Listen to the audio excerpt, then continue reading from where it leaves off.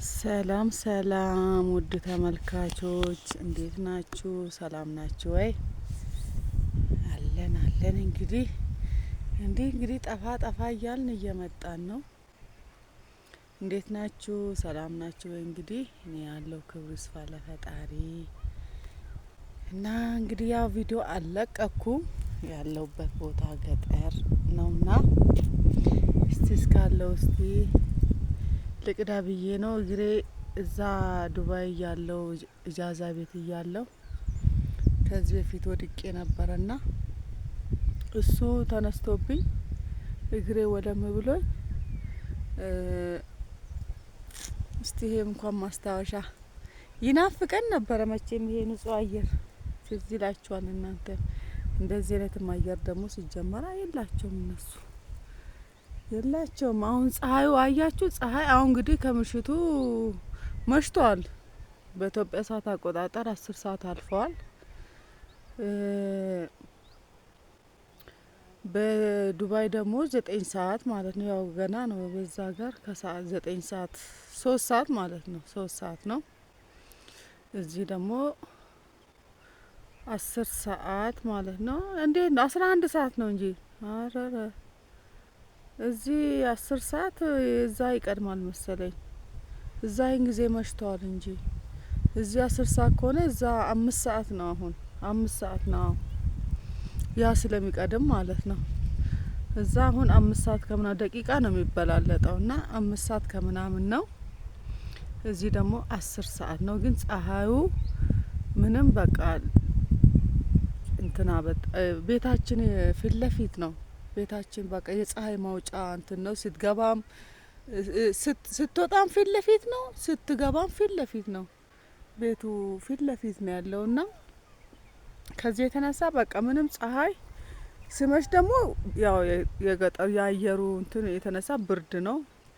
ተከናንቤ ወደ ክፍል ነው እሳት አጠገብ እዛ ጃኬት ለብሶ እንግዲህ መከየፍ ማጥፋት ነው ያለው። እዚህ ደግሞ እሳት አጠገብ መቀመጥ ነው። እና እንግዲህ ይሄን ንጹህ አየር ይውልኝ፣ ተመልከቱልኝ፣ ሰብስክራይብ ሼር አድርጉልኝ። ይሄንን ቪው ላይ ልቅዳላችሁ ብዬ ነው። መቼም እዛ ከሄድኩኝ ይሄን አላገኘውም። ከተማ ያው ወደ ትልቅ ከተማ ካልወጣው ወደ አዲስ አበባ ከወጣው የተሻለ ላገኝ እችላለሁ። አዲስ አበባ ከወጣው የተሻለ ነገር ነው ማገኘው። የተሻለ መዝናኛ ቦታ ነው ማገኘው። ገጠር ደግሞ የተፈጥሮ ጸጋ የተፈጥሮ ውብ ይሄን እንሰት ታውቃላችሁ? እንሰት እኛ ሀገር በ77 ዓመተ ምህረት እኛ ሀገር ያልተራበው በዚህ እንሰት ነው። እኛ ዋና እርሻችን እንሰት ነው። አንድ እንሰት ለመድረስ 9 አመት ይፈጃል ነው የሚባለው። ለምግብ ለመድረስ ምናልባት ቾኮለው እንኳን ቢባል 8 አመት 7 አመት። ከዛ ወደዚህ እንሰቱን ለምግብነት አይሁልም። ትናንሽ ናቸው። አያችሁ እዚህ ጋር ያለው ትናንሾች ናቸው ማለት ነውና ከፊት አንድ ትልቅ አለ። ያው እዛ ጋር ልጅም የጣለ አለ እንደ ሙዝ ማለት ነው። እሱ አሁን ለምግብ የበሰለ ነው የደረሰ ነው ማለት ነው። ያው ቆሜ ልሂድ። ይሄው እንግዲህ አንድ እንሰት ለምግብነት ሲደርስ ማለት ነው እንደዚህ አይነት ልክ የሙዝ አይነት እንትን ይጥላል ማለት ነው። አሁን ይሄ እንግዲህ ስሩን ይዩት። ስሩን እንግዲህ ፀሐዩ ነው። ስሩን ይዩት። አጠር ብልም ትልቅ ነው ማለት ነው። እድሜው የደረሰ ነው። አሁን ለምግብነት በቅቻለሁ። ከዚህም በኋላ እድሜ እየደረኩ ነው ሜዶ እያለ ነው።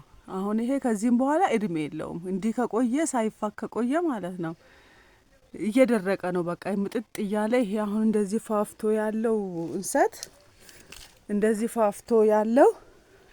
ፋፍቶ ያለው ምን እያለ እየሟሸሸ ይሄዳል ማለት ነው።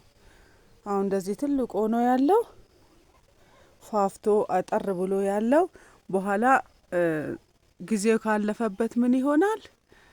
እየደረቀ ነው የሚሄደው ማለት ነው። ይሄ እንግዲህ ደርሻለሁ የሚል ምልክት ነው ማለት ነው። በእኛ ሀገር እንሰት እንግዲህ እንሰት ሀገር ያላችሁ ልጆች ታውቃላችሁና ይሄ ነው እላችኋለሁ።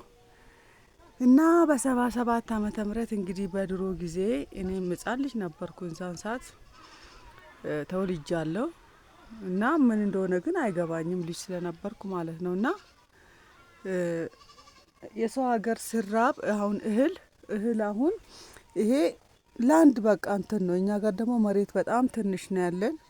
ተራራ ነው የሚበዛው ሀገራችንና ተራራ ነው የሚበዛውና በለጠ በቃ ትልቁ እርሻችን ይሄ እርሻ ነው። በቃ ይሄ ቆጮ ነው። ይሄን ቆጮ እንግዲህ አንድ ቆጮ ደርሶ ለመመገብ ይሄ ከኩትኮታው ከትንሽዬዋ ጀምሮ ይሄ እዚህ ለመድረስ 9 አመት ይፈልጋል። እዚህ ብቻ ተተክሎ ሳይሆን ከቦታ ቦታ ሲቀያየር ነው እዚህ ቦታ የሚደርሰው ማለት ነው። እና የሰው ሀገር ሲራብ በጣም በቃ ችግር ሲሆን ይሄን ነበረ ከኛ ጋር በቃ የሚወስዱት ማለት ነው። ብዙ ሰው ልጁን ሽጧል ይባላል ለምግብና በኦሮምኛ ዘፈን ነበረውና ሰባ ሰባቲ አትልሞ ገቴ ገባቲ ይላሉና 77 ልጅ እናት ልጇን ጣለች የሚል ማለት ነውና በዛን ሰዓት እንግዲህ እኛ ሀገር እንትን የተደረገው ራብ እኛ ሀገር ያልነበረው ለጦርነት ራሱ አሁን ጦርነት ጥይት ምናምን ካለ ማለት ነው። ይሄ ጥይቱ ቢመጣ ይሄም እዚህ ስር ብትሆኑ ማለት ነው ጥይቱ እናንተን አይናካችሁም። ጥይቱን የማክሸፍ ውሃ ስለሆነ ይሄ ውሃ አታጠጡትም። የተፈጥሮ የራሱ ከመሬቱ የሚስብ የራሱ የሆነ እንትን አለው። እንክብካቤ በቃ መቆፈር ነው። በአመት እበት ብቻ ከስር ማድረግ ነው እንጂ ምንም ነገር አይፈልግም እንሰት ማለት ነው። እና እበት ይፈልጋል መቆፈር በህብረት ባህላዊ መሳሪያ አለ። በሱ በህብረት ይሰራል። ከዛ በቃ ሌላ ምንም ውሃ ጠጡኝ የለ ምን የለ ራሱን ከስሩ የመሳብ ልክ እንደ ባህር ዛፍ እንደ ጽድ ራሱን የራሱን የመመገብ ኃይል አለው። ግን የበለጠ ደግሞ እንሰት የሚፈልገው አሁን ይሄ ቤት ጋር ይሄ እዚህ ቤት ጋር ስላለ ማለት ነው የእንጨት ጭስ ይፈልጋል ይባላል። ለምን እንደሆነ አላቅም።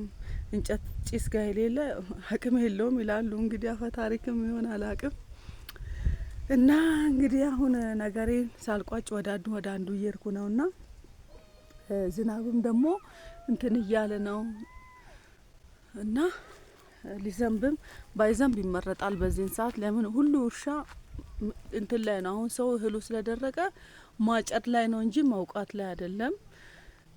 የቆመው እንኳን ችግር የለም። ታጭዶ ግን መሬት ያለው ግን የመብቀል ቻንስ አለው። ስንዴ ደግሞ በጣም መጥፎ ነው እና ለገበሬ ጥሩ አይደለም በዚህን ሰዓት።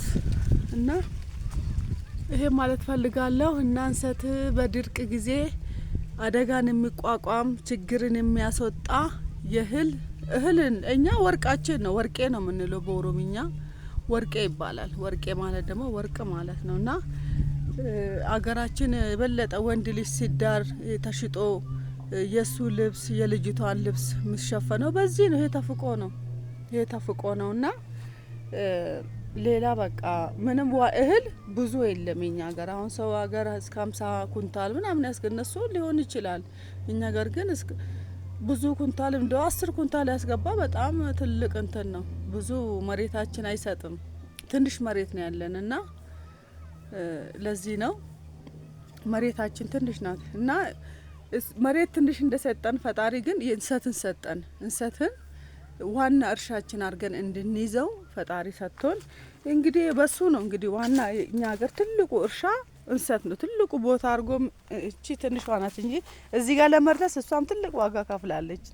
ከዚህ ተነሶ ያንን የመጣል እድሜ ነው እንግዲህ እነዚህ ገና እንግዲህ ስንት አመት ቢያንስ 6 አመት ምናምን ይፈልጋሉ እነዚህ ደርሶ ለመበላት ቢያንስ ማለት ነው። ከዚህም በኋላ እና ይሄን እላቸዋለሁ። የእንሰቱን እንግዲህ በትንሹም ቢሆን ባህል ላይ እያቋረጥኩ እንትኑ ጥቅሙን ነግሬያቸዋለሁ። እና እንሰት ደግሞ ለጉልበት ሰጪ ምግብ ነው። ኃይል ሰጪ ምግብ ነው። ብቻውን አይበላም። እኛ ሀገር በትንሹ በጎመን ነው። ከዛ በተረፈ በአይብ ጎመንና አይብ ሌላም ሰው እንደ ቤቱ ነው መቼ የሚኖረውና ይሄ እላቸዋለሁ። ሁሉ ጊዜ በክትፎ አይበላም። ለምን የሆነ ፕሮግራም ሲኖር ነው ክትፎ የሚዘጋጀው። እና ከብት ካላችሁ ነው አይብ የምትበሉት። ከዛ ውጪ በጎመን ነው በድንች ነው። ከዛ ውጪ ሰው ያለ አቅሙ መኖር አይችልም። እና እላቸዋለሁ እንግዲህ ይሄ እንደዛ ነው።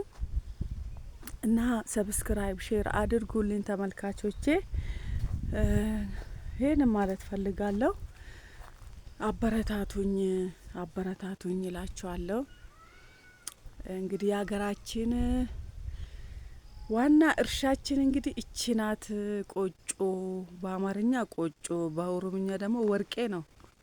ወርቄ ይባላል በኦሮምኛ፣ በእኛ ጋር በጨቦ ማለት ነው። ጨቦ ነው ሀገራችን፣ ጨቦ ይባላል። እና እህል ትንሽ ነው፣ ብዙ እህል አይዘራም። እኛ ሀገር መሬት ነው የሌለው። የገበሬ ስንፈት ሳይሆን ሁሉም አርሶ መሬት ትርፋማ ቢሆን እንትን ብል ደስተኛ ነው። ደግሞ የሚዘራውም ብዙ ጊዜ በእጅ መሳሪያ ስለሆነ መሬትም የለም። መሬት ስለሌለ ነው እንጂ የገበሬዎች ድክመት ሳይሆን የሀገራችን የመሬት እጥረት ነው። እና እንግዲህ ፀሐይ መጣ፣ ቅድም ዳመና ነበር። እንግዲህ እቺን የመጨረሻዋን ህይወት የእንሰቷን ሙዝ ማለት ነው። ሙዝ ነው የሚባለው። እንግዲህ እቺ ደረሰች ማለት የእንሰት በቃ እድሜ አበቃ ማለት ነው። የዚህ እድሜ በቃ አብቅቷል። በቃ ከዚህም በኋላ እንዲህ እንዳማረበት አይቀመጥም። እንዲህ አንፋፍቶ ቁጭ እንዳለው እንግዲህ አሁን በዚህ በአንድ ጎኑ ነው እንግዲህ እንደዚህ እንትን የሆነው እና እንዲፋፍቶ አይቀመጥም። በኋላ እንትን ይላል፣ እየሟሸሸ ነው የሚሄደው፣ እያረጀ ማለት ነው። እና እስከ ጉልምስና እድሜ እንደ ሰው እድሜ ማለት ነው።